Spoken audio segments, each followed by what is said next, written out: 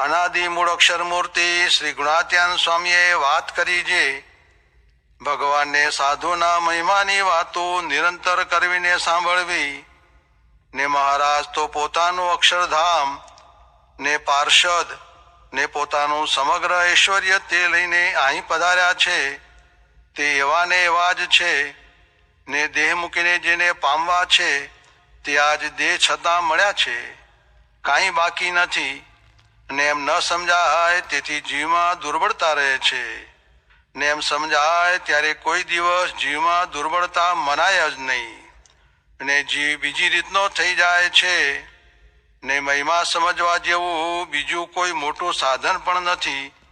ને મહિમા વિના બીજા ગમે એટલા સાધન કરે તો પણ જીવ બળને પામે નહીં.